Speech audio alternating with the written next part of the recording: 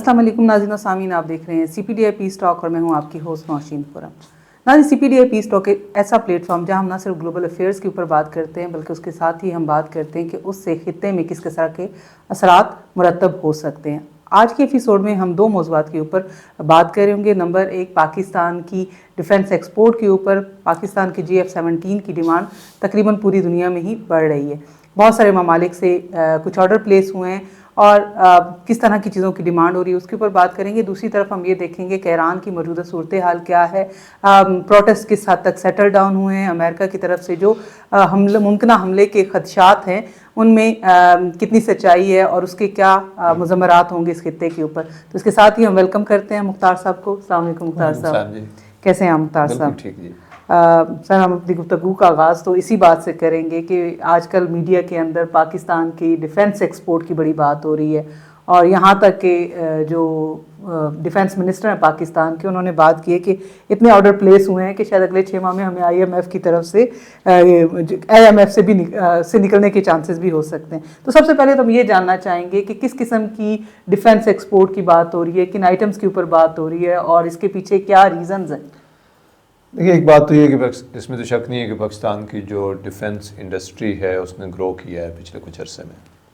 पाकिस्तान में आपको पता है, पाकिस्तान एरोनॉटिकल कॉम्प्लेक्स कामरा है जहाँ पे एयरफोर्स की फैसिलिटीज़ हैं और वो एक्सपेंड हुई हैं। और पाकिस्तान अरसे से ज़रा जब भी कोई आप नया जहाज़ वगैरह ख़रीदते हैं तो उसकी रिपेयर मेंटेनेंस की फैसिलिटीज़ बनाते हैं। और पाकिस्तान एयरफोर्स की कोशिश तो रही है कि जितने पुरज़े मकामी तौर पर बन सकें। फिर इसी तरह से जब पाबंदियाँ लगीं तो उस वक्त हमारी ज़रूरत और ही बढ़ गई। तो वो होता है ना कि आप वैसे काम ना भी कर रहे हो तो अब आपका प्रेशर है। अब आप एक तरफ आपका करीब एक पड़ोसी मुल्क है जिसके साथ आपके ताल्लुक़ में हॉस्टिलिटी है और फिर आपके बेस्ट वेपन सिस्टम जो है वो रिपेयर मेंटेनेंस की वजह से अगर ग्राउंड हो जाए तो एक बड़ा प्रेशर आ जाता है। तो उस अमल में पाकिस्तान ने काफ़ी कोशिश की है और अपनी उस कैपेबिलिटी को बिल्ड किया है। फिर हैवी इंडस्ट्रीज़ टेक्सला है, वहाँ पे भी वेपन्स वगैरह बनाए जाते हैं। फिर पाकिस्तान आर्डनेंस फैक्ट्रीज़ हैं। तो पाकिस्तान अरसे से कुछ स्मॉल आर्म्स वगैरह तो एक्सपोर्ट कर रहा है, लेकिन पाकिस्तान का शेयर एक्सपोर्ट्स में कोई बड़ा ज़्यादा नहीं रहा है। अभी मैं 2023 का देख रहा था जो पब्लिकली अवेलेबल डाटा है, तो उसमें पाकिस्तान तो कोई दुनिया में 53-4 नंबर पे आता है जो एक्सपोर्ट्स करते हैं। बड़े मुल्क तो आपको पता है, अमेरिका, रशिया, चाइना, यूरोपियन मुल्क हैं, फ्रांस वगैरह। इवन इंडिया की एक्सपोर्ट्स जो हैं वो काफ़ी ज़्यादा है। वो $2-2.5 बिलियन के करीब सालाना एक्सपोर्ट करता है। और उसमें वहाँ पे कई ऐसा भी हुआ है कि कई अमेरिकी कंपनियों ने या दूसरे मुल्कों की कंपनियों ने आके इंडिया में फैसिलिटीज़ बनाई हैं। तो वो फिर चीज़ मैन्युफैक्चर इंडिया में होती है और फिर एक्सपोर्ट हो जाती है उन्हीं मुल्कों को, जैसे अमेरिका को। और वो ज़ाहिर लेबर कास्ट कम होती है। तो इंडिया को इस हवाले से तो कामयाबी रही है ना कि वहाँ पे पहले इन्वेस्टमेंट्स होती रही हैं। तो हमारे मुल्क में इन्वेस्टमेंट्स नहीं होती रही हैं। तो वरना तो इंडस्ट्री गई है, जैसे कोई पंखे बनाने वाले या कारें बनाने वाले वो भी दूसरे मुल्कों में गए हैं ताकि उधर प्लांट लगाएं और वहाँ से एक्सपोर्ट करें। पाकिस्तान ये कोशिश करता रहा है लेकिन नहीं हुआ, और डिफेंस इंडस्ट्रीज़ के हवाले से भी नहीं हुआ। तो हमारी कोई 2023 में जो पब्लिकली अवेलेबल डाटा है उसके मुताबिक तो हमारी कोई $9-10 मिलियन की, मतलब तो बहुत ही थोड़ी एक्सपोर्ट्स थी। लेकिन अभी हम देख रहे हैं कि पिछले कुछ अरसे से उसमें तेज़ी से इजाफा हो रहा है। मतलब ये तो आप देख रहे हैं कि अब JF थंडर तो हम अरसे से बना रहे हैं। पाकिस्तान JF थंडर की काफ़ी अरसे से मार्केटिंग कर रहा है, अरसे से हम उसको बना रहे हैं। हम अपनी एयरफोर्स में उसको इंडक्ट किया हुआ है।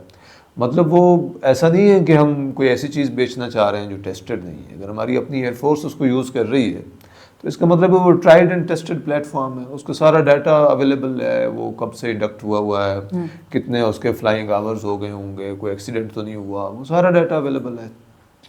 तो हम उसको चला रहे हैं। हमने इसको 2019 में जब इंडिया ने बालाकोट पे हमला किया था तो उसके बाद इसको इस्तेमाल भी किया गया, उसको जो जवाबी कार्रवाई थी। अच्छा, फिर ये है कि ये जहाज़ हमने कई मुल्कों को बेचा भी। जिन मुल्कों को बेचा गया उसमें नाइजीरिया है, उसमें म्यांमार है, उसमें आज़रबाईजान है। इन तीनों को तो ये जहाज़ बेचे जा चुके हैं। और एग्जैक्टली कितनी तादाद है, मेरे ख्याल में 16 शायद नाइजीरिया को दिए गए हैं, 16 म्यांमार को दिए गए हैं। और आज़रबाईजान के साथ शायद कोई बड़ा मुआहदा है जिसमें कोई $1.6 बिलियन या कोई 40 के करीब शायद, हाँ, तो उसमें से कुछ डिलीवर भी कर दिए गए हैं। तो मतलब उसमें मैं कुछ कामयाबी हो भी रही थी। अच्छा, जहाज़ बेचना ना कोई आसान काम नहीं होता। जहाज़ आपका एक दफ़ा बिकना शुरू हो जाए ना तो वो एक तरह से आपकी मार्केट बन जाती है। एक मुल्क ने लिया, दूसरे ने लिया, तीसरे ने लिया। जब एक मुल्क को दिया ना आपने तो उसके साथ आपने उनको ट्रेनिंग की फैसिलिटी भी दी। आप फिर बाद में कौन को रिपेयर मेंटेनेंस की है, तो ज़ाहिर है वो होता है ना, जो मैन्युफैक्चरर होता है उसी की जिम्मेदारी होती है। तो कुछ लॉन्ग टर्म कॉन्ट्रैक्ट्स भी हो जाते हैं। तो ये एक तरह से बड़ी डील होती है। और फिर ज़ाहिर है उन्हीं मुल्कों के साथ आप देते हैं जिनके साथ आपके ताल्लुक भी अच्छे हो जाते हैं, जिनके साथ ताल्लुक अच्छे होते हैं। और जब ये डील्स हो जाती हैं तो ताल्लुकात में मज़ीद बेहतरी आ जाती है कि पहले अगर आपका ट्रेड का रिलेशनशिप था या डिप्लोमेटिक रिलेशनशिप था या कल्चरल एक्सचेंजेस थी, अब डिफेंस कोऑपरेशन भी हो गया। तो पाकिस्तान ऑलरेडी ये 3 मुल्कों के साथ डील कर चुका था। लेकिन ऑपरेशन सिंदूर जो इंडिया ने किया उसके बाद तो लगता है कि बड़ी तेज़ी आ गई है उसमें। अच्छा, वो होता है ना कि जब कोई कॉन्फ्लिक्ट होता है तो उसके बयानिए तो होते ही हैं, लेकिन अल्टीमेटली तो डिटरमिन होता है कि दुनिया ने क्या समझा है, क्या उसको सिग्नलिंग हुई है, वो किस बात को एक्सेप्ट कर रहे हैं। तो एक्चुअली अब्दुल लगता है कि दुनिया ने इस बात को तस्लीम कर लिया है कि इस ऑपरेशन सिंदूर का जो उसमें पाकिस्तान की परफॉर्मेंस थी वो बहुत ही अच्छी थी, पाकिस्तान के वेपन सिस्टम्स की परफॉर्मेंस बहुत अच्छी थी, और इसी वजह से अब एक लगता है लाइन लगी हुई है। अच्छा, उसमें जो इंटरेस्ट शो किया है वो तो काफ़ी सारे मुल्क इंटरेस्ट शो कर चुके हैं। मेरे ख्याल में सऊदी अरब का, बांग्लादेश का, लिबिया का, सुना है जॉर्डन का भी इंटरेस्ट उन्होंने भी शो किया है। अभी इंडोनेशिया के शायद डिफेंस मिनिस्टर शायद आए हुए थे, तो उन्होंने भी उसमें इंटरेस्ट शो किया। तो काफ़ी सारे मुल्कों ने 16 ममालिक की बात हो रही है, मीडिया में हो रही है, कंफर्म्ड अब कितनी है। अच्छा, अगरचे वहाँ पे हमारे यहाँ थोड़ी हाइप भी ज़्यादा है। वो देखिए ना, ज़ाहिर है जो हमें विज़िट करता है या जब हम जाते हैं, तो अब हम चूँकि ये प्लेन बना रहे हैं, ट्राइड एंड टेस्टेड है, ऑपरेशन सिंदूर के बाद उसकी एक रेपुटेशन में भी इजाफा हुआ है, तो ज़ाहिर है हम उसको मार्केट भी कर रहे हैं। जो आते हैं या हमारे यहाँ विज़िट करने, हम उनको दिखाते हैं फैसिलिटीज़ जाके। बाहर भी हम जाते हैं तो लोगों को बताते हैं कि भाई JF-17 हमारा बड़ा अच्छा जहाज़ है। अच्छा, दूसरे मुल्क भी ख़ुद भी क्यूरियस होते हैं और पूछते हैं। तो लेकिन इसमें सिर्फ इतनी बात नहीं है, अगर इतनी होती ना तो वो तो फिर आप कहते हैं कि नॉर्मल सी बात है। असल में ऑपरेशन सिंदूर के बाद काफ़ी सारे मुल्कों ने हमें विज़िट किया है। वरना आप देखें ना, उससे पहले आप पिछले पीरियड में चले जाएं तो इतने कोई डिफेंस मिनिस्टर्स या आर्मी चीफ्स या एयर मार्शल्स की कितनी एक विजिट्स हमारे यहाँ होती हैं। कभी कोई हो जाती हैं, कोई जायंट एक्सरसाइजेज वगैरह हो रही हूँ तो चलो, लेकिन इस दफ़ा उसमें तेज़ी आई है। अच्छा, जब भी वो मुलाकात होती है तो उसमें ज़ाहिर ये चीज़ें डिस्कस होती हैं, लेकिन उसमें जो एक्सप्रेशन ऑफ इंटरेस्ट है ना, कि जब कोई मुल्क कहता है कि हम ये इसमें दिलचस्पी रखते हैं, तो वो तो पहली बात होती है। अब दिलचस्पी का इजहार करना और उसके बाद आप कोई मुल्क ये डिसीजन करे कि हाँ अब हम ये ख़रीदना चाहते हैं, तो वो थोड़ा टाइम लेता है। तो हमारे यहाँ खैर वो जब कोई एक्सप्रेशन ऑफ इंटरेस्ट आ जाता है या कोई दिलचस्पी का इजहार करता है, तो हमारे यहाँ ख़बरें लग जाती हैं कि जैसे अब हमने बेच दिया है, और एक हाइप सी क्रिएट हो जाती है। तो वो थोड़ा सा मेरे ख्याल में एक्सजेरेटेड है, लेकिन इसमें कोई शक नहीं है कि दुनिया के मुल्कों ने अब इसमें इंटरेस्ट शो करना शुरू कर दिया है। 3 मुल्क पाकिस्तान समेत कम से कम 4 मुल्क ऑलरेडी इसको यूज़ कर रहे हैं। बांग्लादेश के अभी एयर चीफ आए हुए थे, उन्होंने काफ़ी सीरियस इंटरेस्ट का मुझे लगता है इजहार किया है। बांग्लादेश से भी ख़बरें निकली हैं, उससे यही लगता है कि वो काफ़ी दिलचस्पी रखते हैं। और सऊदी अरब के साथ भी ये बात हो रही है कि कुछ जो उसमें जो कुछ डेट है, जो उन्होंने हमें पैसे रखे हुए हैं हमारे बैंकों में, कि कुछ उसका हिस्सा उससे ऑफसेट हो जाएगा, वो उसके ज़रिए से पे कर दिया जाएगा। तो अब सऊदी अरब अपने लिए लेना चाह रहा है या कि लेके किसी और को देना चाह रहा है, ये हमें नहीं पता है। लेकिन अगर ये जो बात चली है तो मुझे लगता है इस हवाले से जो ख़बरें आई हैं कि वो एक काफ़ी सीरियस प्रपोज़ल है। तो ये मतलब इस हवाले से बहुत खुश अफजा है। अगर से मैं ये कहना चाहूँगा कि अल्टीमेटली तो वेपन है ना, ट्रू। तो जहाँ पे पाकिस्तान को एक्सपोर्ट्स के हवाले से तो फ़ायदा होगा, लेकिन हमें इस बात की तसल्ली रखनी चाहिए कि हम देखें ना, जो भी एक्सपोर्टिंग मुल्क हैं ना कुछ अपने लिए कायदे बनाते हैं। ट्रू। कि हम जिस मुल्क को एक्सपोर्ट कर रहे हैं वो इसका कैसे इस्तेमाल करेगा। क्या ये तो नहीं है कि इसको इस्तेमाल करके तो जिसको हम बेच रहे हैं कोई उसका रिकॉर्ड ऐसा है कि कोई रेकलेस मूव करके तो कोई बेगुनाह लोगों का नुकसान तो नहीं करेगा। तो इसका मतलब है कि पाकिस्तान में ऐसी पॉलिसी तो ज़ाहिर हमारी भी होगी, एक स्ट्रेटेजिक पॉलिसी होगी, डिफेंस पॉलिसी होगी। लेकिन अब हम एक्सपोर्ट मार्केट में अगर आ रहे हैं, बड़े पैमाने पे आ रहे हैं, ऐसा बढ़ रहा है, तो हमें मेरे ख्याल में इस तरह की चीज़ें ऐसे डेवलप करनी चाहिए। अब देखो ना, म्यांमार को हमने बेचे थे तैयारे, तो म्यांमार का अपना रिकॉर्ड को बड़ा अच्छा नहीं है। वो मेरे ख्याल में वैसे तो चाइना ने दिए थे शायद, बने मिल के थे, हमने शायद डायरेक्ट नहीं दिए थे। लेकिन ये बात है कि भाई अगर हमारा वेपन किसी के हाथ आएगा तो पाकिस्तान को ना जहाँ पे एक इसको मार्केट करना चाहिए और इससे हमें इकनॉमिक बेनिफिट हो सकता है, डोमेस्टिक मैन्युफैक्चरिंग कैपेसिटी बढ़ेगी। वहाँ पे हमें एक दुनिया में ना एक अपना वकार बढ़ाने के लिए और एक रिस्पॉन्सिबल प्लेयर के तौर पे हमें कुछ कायदे ज़रूर बनाने चाहिए कि हम कैसे मुल्कों को देंगे, किनको नहीं देंगे। आई एम श्योर वो ऑलरेडी हैं, ट्रू, ताकि ऐसा ना हो कि वो इस्तेमाल हों कुछ ऐसे कॉन्फ्लिक्ट्स में कि जिसके बहुत ज़्यादा ह्यूमैनिटेरियन क्राइसिस कॉन्सिक्वेंसेस हों। आई एम श्योर वो इस वाले से सोच रहे होंगे, वो इस बात का ख्याल रख रहे होंगे, लेकिन हमें मूविंग फॉरवर्ड ये करना चाहिए। लेकिन वो जो बात आपने की ना ख्वाजा साहब की कि वो हम IMF के चुंगल से निकल आएंगे, तो ख्वाजा साहब को यही कहना चाहिए कि अगर इतना ही आसान होता तो क्या बात थी। मतलब IMF के चुंगल से निकलना मतलब आप किसी एक सेक्टर पर डिपेंड करके, ठीक है डिफेंस से आपके एक्सपोर्ट्स बढ़ भी जाएं तो उससे आप IMF के चुंगल से कैसे निकलेंगे? आपको पूरी इकानमी को ठीक करना है। बिल्कुल, लेकिन एक ज़ाहिर से एक अपॉर्चुनिटी शायद एक्सपोर्ट से बेहतर होगी, इकोनॉमिक अपॉर्चुनिटीज़ बढ़ेंगी।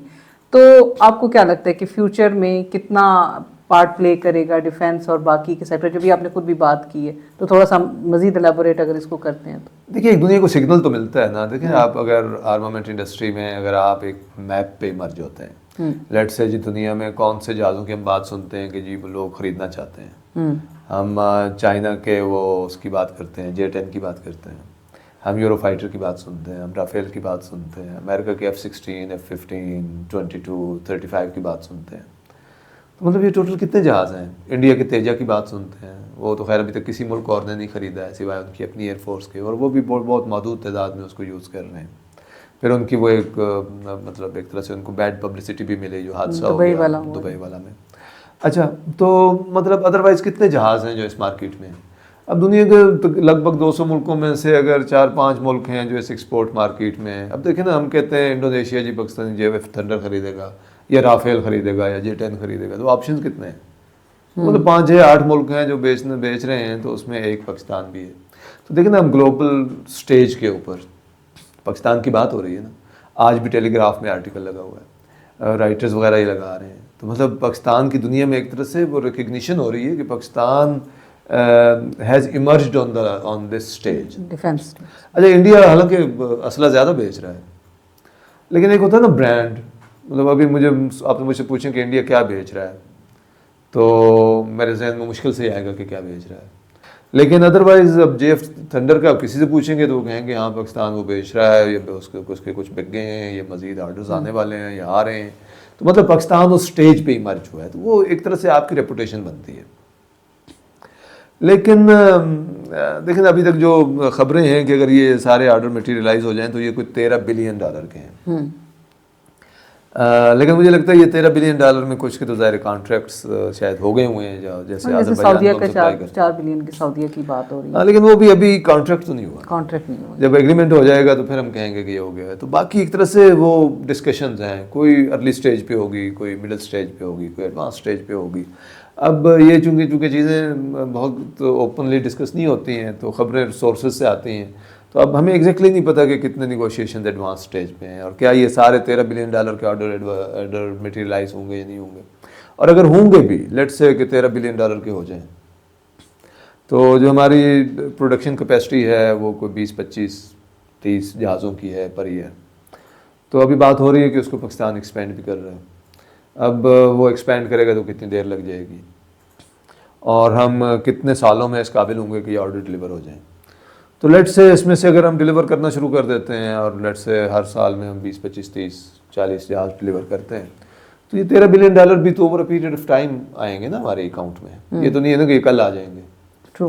तो हो सकता है इस साल में $1-1.5 बिलियन आ जाए, अगले साल में फिर $1-2 बिलियन आ जाए।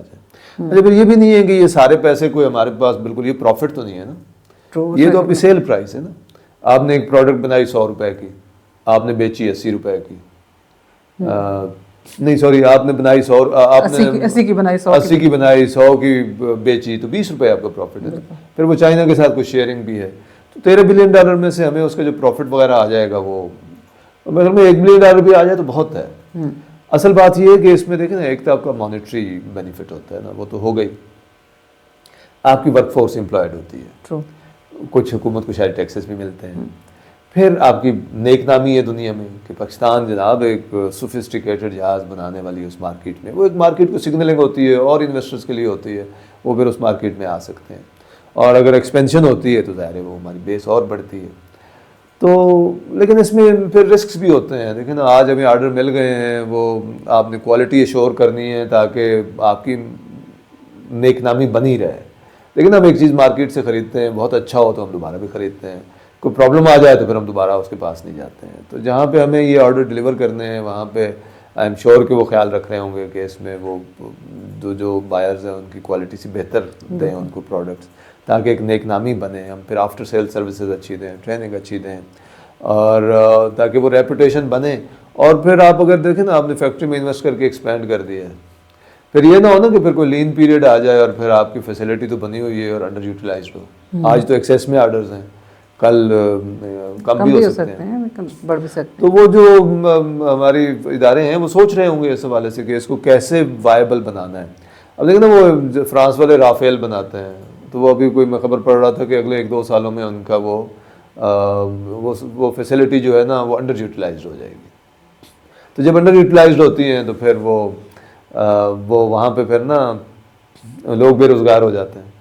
अच्छा, हमें इसका और एक और ख्याल भी रखना चाहिए। जो जितनी बात हो रही है ना, वो हमारे यहाँ अमेरिका में कहते हैं कि वो क्या कहते हैं उसको, मिलिट्री इंडस्ट्रियल कॉम्प्लेक्स, कि मिलिट्री के ज़रिए से वेपन बनाने से ना एक ये भी होता है कि फिर एक इंडस्ट्री बन जाती है। हमारे यहाँ वहाँ पे खैर मसला ये है कि वो प्राइवेट सेक्टर में है, तो वो ना हर कांग्रेसमैन कोशिश करता है कि जो उसके इलाके में इंडस्ट्री है ना वो चलती रहे, तो फिर वो वेपन्स बिचवाने की कोशिश करता है। वो हमारे यहाँ खैर उस तरह सा रिस्क नहीं है, लेकिन हमें ये ज़रूर सोचना चाहिए, बल्कि ये सारी दुनिया का मसला है कि जब आप जहाँ पे हमारे लिए एक नेशनल प्राइड की बात है, वहाँ पे हथियारों के खेल में नुकसान ज़्यादा होता है। तो उम्मीद तो ये करनी चाहिए कि इधर अमन हो, हमारे नेबरहुड में अमन हो, और लोग ज़रूर अपने डिफेंस के लिए वेपन्स ख़रीदें, लेकिन ऐसी सिचुएशन ना हो कि कॉन्फ्लिक्ट्स हो रहे हों और वेपन्स धड़ाधड़ बिक रहे हों और लोगों के नुकसान हो रहे हों।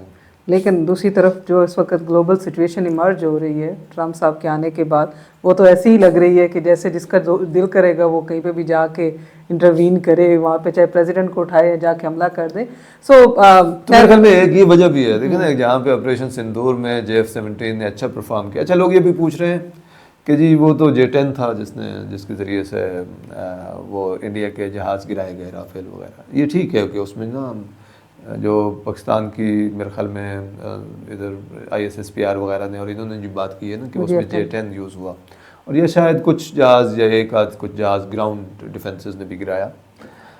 लेकिन वो देखें, जो पैकेज पाकिस्तान की तरफ से उड़ा वो सारा इंटीग्रेटेड था ना, तो वो तो फिर डिप्लॉयमेंट होती है ना, मतलब आपने 10 लोग मैदान में उतारे और वो एक दूसरे को सपोर्ट कर रहे थे, उसने फिर किसने मिसाइल मारा और किसने नहीं मारा, और कोई पीछे से उसको कवर कर रहा, कौन उसको कवर दे रहा था, और कौन जो है, मतलब हर जहाज अपना एक फंक्शन परफॉर्म कर रहा था।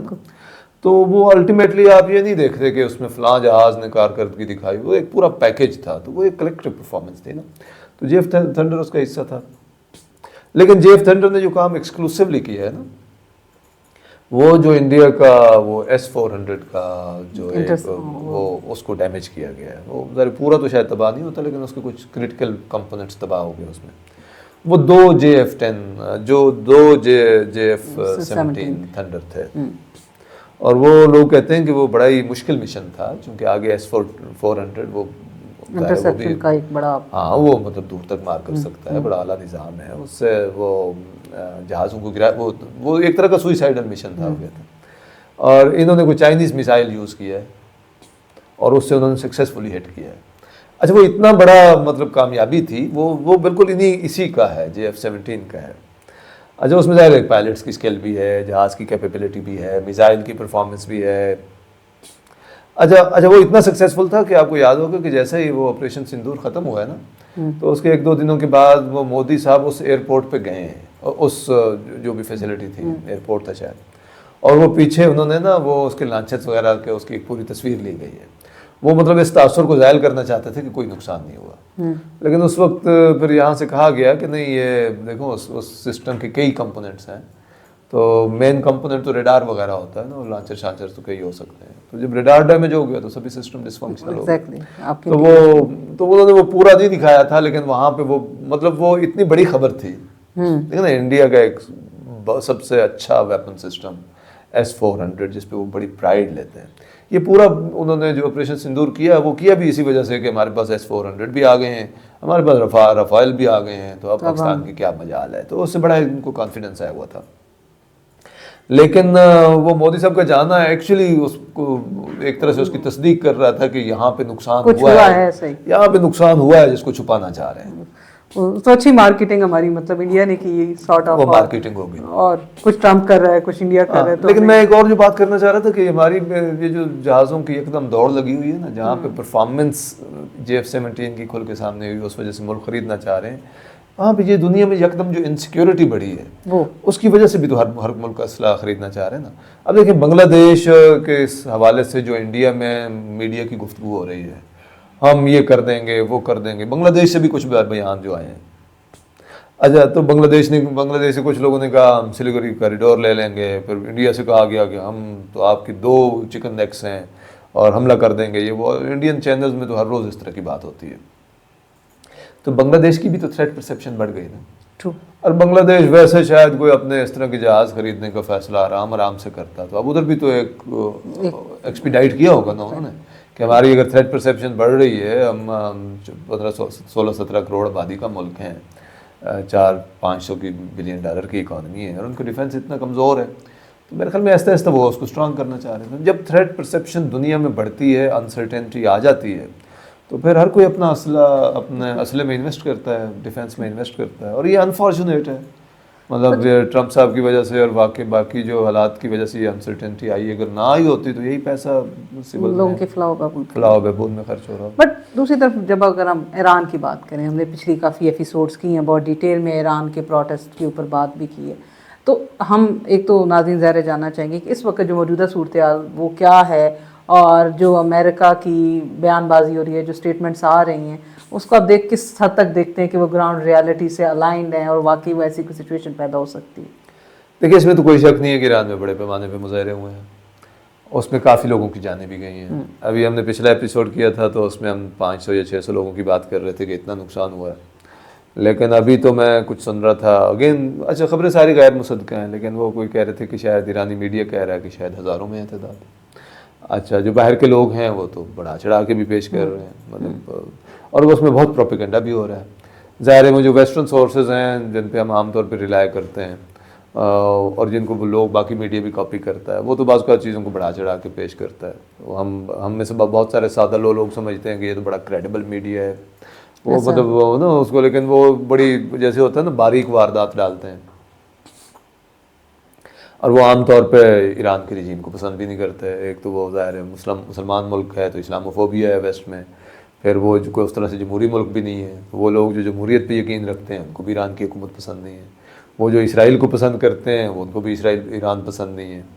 फिर मिडल ईस्टर्न मुल्क भी जो है वो अरब अजम की बात कर लें या शिया सुन्नी की बात कर लें, ये वैसे भी पड़ोसी मुल्क है तो इससे हमें थ्रेट है, ये जो भी बात कर लें तो उनके भी अपने मसाइल हैं। तो उसमें जो एक होती है ना बड़ी क्रेडिबल खबरें, वो अच्छा वैसे भी इस तरह के हालात से सच्ची खबर निकालना मुश्किल होता है।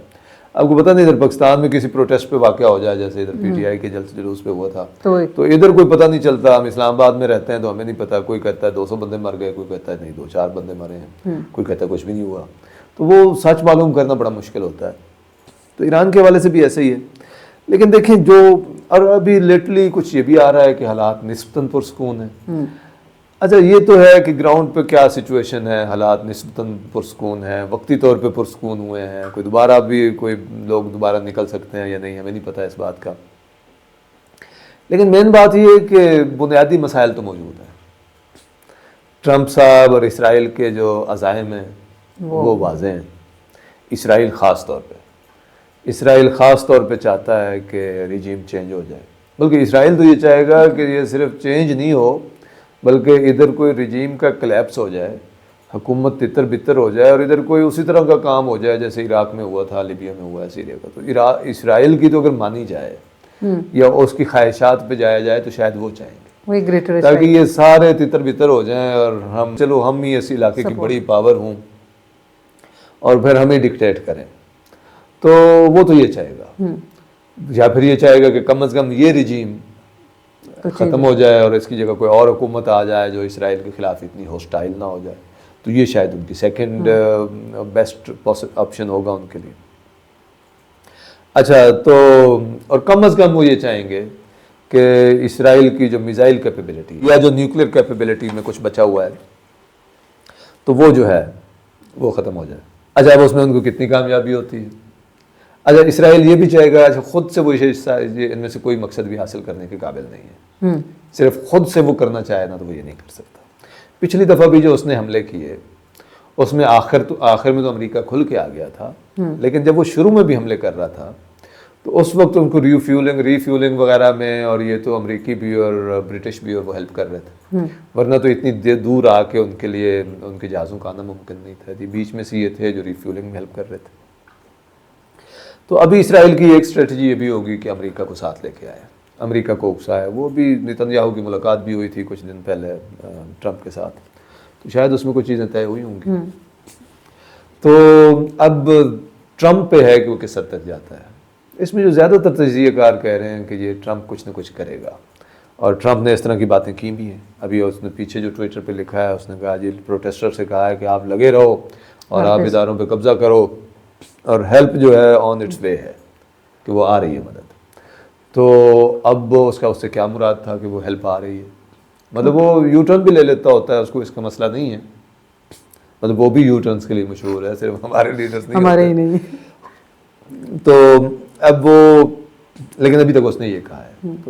तो इसके नतीजे में ये काफ़ी इम्कान है, मतलब ज़्यादा लाइकली ये है कि कुछ ना कुछ होगा। उसके नतीजे में रिजीम चेंज होती है या नहीं होती है। ये भी हो सकता है कि रिजीम के जो की फिगर्स हैं ना उनको टारगेट करने की कोशिश की जाए, ताकि कम से कम ये हो कि रिजीम भले ये चले लेकिन कुछ नए लोग आ जाए। अच्छा, तो मतलब ये वो है, तो रिस्क बड़ा मौजूद है। और उसमें देखिए जो मेन मसाइल हैं ना वो अपनी जगह पे मौजूद हैं। अभी प्रोटेस्ट अगर जो सब्सिडाइज वक्ती तौर पे शायद कर गए हैं, वो I don't know, may be कुछ खबरें इस तरह की आ रही हैं, लेकिन बुनियादी मसला तो मौजूद है ना। अब देखिए वहाँ पे इकॉनमी, इन्फ्लेशन इतनी ज़्यादा है, डॉलर की कीमत इतनी बढ़ गई है, रियाल की कीमत इतनी गिर गई है जो ईरानी रियाल है। अभी ट्रंप ने जो 25% का टैरिफ और लगाया है कि हर वो मुल्क जो ईरान से तिजारत कर रहा है उस पर 25% टैरिफ लगेगा, उससे तो मुझे लगता है कि ईरान में एक बड़ा ह्यूमैनिटेरियन क्राइसिस हो सकता है।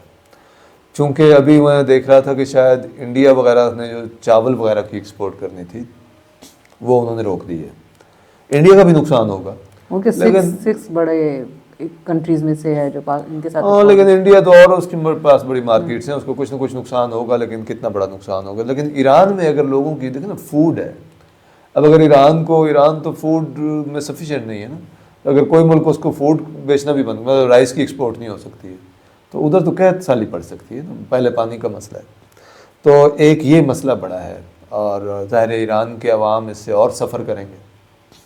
रिजीम जो अपनी उसकी सख्तियाँ हैं ख़वातीन पे या पोजीशन पे, अभी उसमें और तलखी आई होगी। अगर बहुत सारे लोगों की डेथ हुई है तो फिर उसमें और तलखियाँ हो जाती हैं ना, कुछ लोग मारे गए होंगे, कुछ पकड़े गए होंगे, कुछ पे डंडे सोटे चले होंगे। अच्छा, फिर वो न्यूक्लियर का मसला अपनी जगह पे मौजूद है, अभी तक हल तो नहीं हुआ। फ़लस्तीन और इसराइल के हवाले से भी ईरान का स्टांस तो वही है जिसकी वजह से अमेरिका और इसराइल उसको नापसंद नहीं करते हैं, वो भी मसला अपनी जगह पे है ना। उधर फ़लस्तीनी स्टेट वजूद में आई है कि ईरान कह सके कि हाँ हमने अपने अहदाफ हासिल कर लिए हैं, और ना ही ईरान के स्टांस में कोई वैसे चेंज आई है। फिर प्रॉक्सीज हिजबुल्ला वगैरह वीक हो गई हैं यमन में, लेकिन वो मसला पूरी तरह से तो हल नहीं हुआ। तो अल्टीमेटली तो ये मसला तब हल होगा जब ये इश्यूज़ जो हैं और ये जुड़े हुए हैं, ये मसला तब हल हो सकता है। अगर देरपा हल की हम बात करें, वो तो तभी हो सकता है कि उधर फ़लस्तीनियों को रियासत मिले और फ़लस्तीनियों का मसला हल हो। इधर आप ईरान को फिर कन्विंस करें कि वो मसला हल हो गया, और अब आप अपना एंटी इसराइल और एंटी अमेरिका स्टांस जो है उसको फ्लेक्सिबल करें, उसमें कमी लाएं, और ये जो रिस्ट्रिक्शंस हैं या पाबंदियाँ लगी हुई हैं ये कम हों, और न्यूक्लियर का भी मसला हल हो। मतलब आइडियली तो देखें ना, ईरान NPT का नॉन प्रोलिफरेशन ट्रीटी का हिस्सा है, IAEA के सेफ गार्ड्स में है, तो उनको पीसफुल न्यूक्लियर प्रोग्राम का हक हासिल है। और दुनिया को अगर ये शक है कि भाई ये वेपन्स बना देंगे, तो वो तो IAEA का मैकेनिज्म मौजूद है, और ईरान को भी चाहिए कि फिर तसल्ली करवाएं उनकी। लेकिन ये मसाइल बड़े कॉम्प्लिकेटेड हैं, ये जुड़े हुए हैं। फ़लस्तीनी स्टेट नहीं बनती तो अब ईरान में रिजीम चेंज भी कर दें तो जो अगली आने वाली रिजीम है क्या वो फ़लस्तीनियों के मौक़िफ़ को तस्लीम नहीं करेगी? मतलब हो सकता है वो मिलिटरीली उनकी हेल्प ना कर रही हो, लेकिन उधर तलखी और परेशानी और मसला और जज्बातियत तो बरकरार रहेगी ना। अब पाकिस्तान तो कोई डायरेक्ट वेपन्स नहीं देता, ना हिजबुल्लाह को देता है ना हमास को देता है, तो हम कौन सा इसराइल से आराम से दोस्ती कर सकते हैं? इधर अवामी जज्बात ही इतने हैं। और ईरान में भी वही रहेगा, मतलब रिजीम अगर बदल भी जाए तो इसराइल के हवाले से मौक़िफ़ तो नहीं बदल सकता। अच्छा मुख्तार साहब, अगर अमेरिका जो बात हो रही है कि लकीली शायद कुछ करेगा, तो अभी जो रशिया और चाइना और इवन कतर की तरफ से भी, सब मुस्लिम ममालिक की तरफ से भी बयानात आ रहे हैं कि it would not be in favour of both, America के हवाले से भी। तो क्या आपको लगता है कि अगर अमेरिका हमला करता है ईरान पे तो रशिया और चाइना की तरफ से कोई ओपनली इसकी होगी? देखिए, ओपनली मजम्मत ही कर देंगे। इस जो चाइना है वो भी शायद ओपनली मजम्मत ही करेगा, उससे बढ़ के मेरा नहीं ख्याल करने लगा है कुछ। मेरे ख्याल में जो ट्रंप को अगर कोई चीज़ रोक सकती है ना, तो वो दो चीज़ें रोक सकती हैं। एक तो ये है कि वो ये चाहे कि भाई मैं जो उनकी नेशनल सिक्योरिटी पॉलिसी में भी है कि हम पहले वेस्टर्न हेमिस्फेयर को डील करना है, वो जो मसला है उनका वेनेजुएला का, उधर उसको किसी साइड पे लगाना है। देखिए अभी तो उन्होंने उसको माडुरो को पकड़ लिया, लेकिन उसको मसला तो हल नहीं हो गया। अभी तो उधर चीन अमेरिकी कंपनियां जा सकती हैं, नहीं जा सकती हैं, वहाँ पे रिजीम आपकी हर बात मानती है, नहीं मानती है, अभी तो बहुत सारे सवाल हैं। तो वो तो अभी खाता खुला हुआ है, वो को बंद तो नहीं हुआ ना, क्योंकि उधर को बड़ी कामयाबी मिल गई हो। मतलब आप 2 बंदे उठा के ले गए हैं, उसको बड़ी कामयाबी, ठीक है, आपने अपनी ताकत को डिस्प्ले कर दिया, आपने बता दिया आप बड़े ताकतवर हैं, आप ये भी कर सकते हैं कि किसी के सदर उठा के ले जाएं। लेकिन क्या आपके वो मकासद हासिल हो गए? क्या वो अब आपकी कॉलोनी बन गई है, अब आप जो मर्जी करें वो होता रहेगा? तो अभी उसमें बड़े इफ्स एंड बट्स हैं। उसकी अपनी भी पहले ये था कि हमने तो मेक अमेरिका ग्रेट अगेन, तो मेक अमेरिका ग्रेट अगेन है, तो आप अपनी इकॉनमी पे तवज्जो दीजिए, या फिर अपनी नेशनल सिक्योरिटी पॉलिसी के मुताबिक आप तो जंगों से बाहर निकलना चाहते हैं। तो एक ये बात हो रही होगी अमेरिका के अंदर कि हम इधर एक और जंग में क्यों जाएं। हो सकता है इस वजह से वो इसराइल के उसमें प्लान में ना आए। तो एक तो ये उसको चीज़ रोक सकती है। दूसरी चीज़ जो रोक सकती है वो है कि ईरान पे हमला करने के मुज़मिरात। देखिए ईरान कोई बहरहाल वेनेजुएला नहीं है, मतलब अल्टीमेटली तो इसराइल और अमेरिका मिलकर हमला करते हैं तो ईरान का बहुत बड़ा नुकसान तो हो ही जाएगा, हो सकता है रिजीम ही चेंज हो जाए। लेकिन जब तक वो मकसद हासिल होगा तो ईरान की कैपेसिटी है कि वो बहुत ज़्यादा नुकसान कर सके।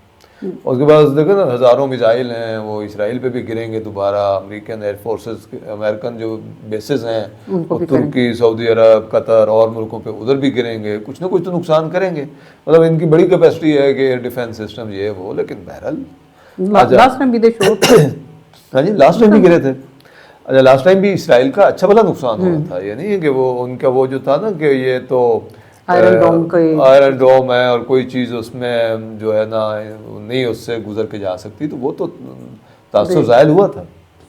लेकिन उससे भी बड़ा ये जो है ना straight of Hormuz, I am sure कि मुझे नहीं पता एग्जैक्टली, लेकिन लेट्स से ईरान ने जगह जगह कोस्ट लाइन के ऊपर वो बनाए होंगे, मिसाइल लगाए होंगे कि अगर किसी स्टेज पे हमें इसको रोकना हुआ तो हम इधर जो शिप गुजर रहे हैं उधर मारेंगे। देखिए ना, आप उसमें माइनिंग कर सकते हैं, आप उधर से तो वो कई पॉइंट्स ऐसे हैं कि आप उधर आर्टिलरी से फायर करें तो आप शिप को टारगेट कर सकते हैं। फिर मिसाइल सिस्टम्स होंगे ये वो, तो ये कम अज़ कम हफ्तों के लिए बंद हो सकती है, ज़्यादा अरसे के लिए भी बंद हो सकती है। अगर उन्होंने माइनिंग शाइनिंग बड़े पैमाने पे कर दी तो इनको हफ्तों महीनों लगेंगे उसको डी माइन करने में। समुंदर को आप माइन कर दें तो बड़े पैमाने पे, तो एक वो रिस्क भी है। तो इसराइल के ईरान के पास काफ़ी सारे वो ऑप्शंस अभी भी हैं।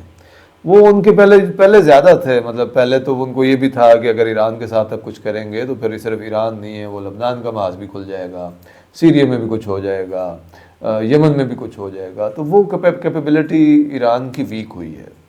लेकिन उसकी जो स्ट्रेटिजिक इम्पोर्टेंस है और जो उसकी स्ट्रेटिजिक जो लोकेशन है उसकी वजह से वो जो आयल वगैरह की एक्सपोर्ट है वो बड़े पैमाने पे मुतासर हो सकती है। और कतर, सऊदी अरब वगैरह ने ये नहीं चाहेंगे। कतर, सऊदी अरबिया एक तो इस वजह से नहीं चाहेंगे कि अगर ये हो गया तो उनकी आयल की एक्सपोर्ट्स बड़ी बुरी तरह मुतासर हो सकती हैं।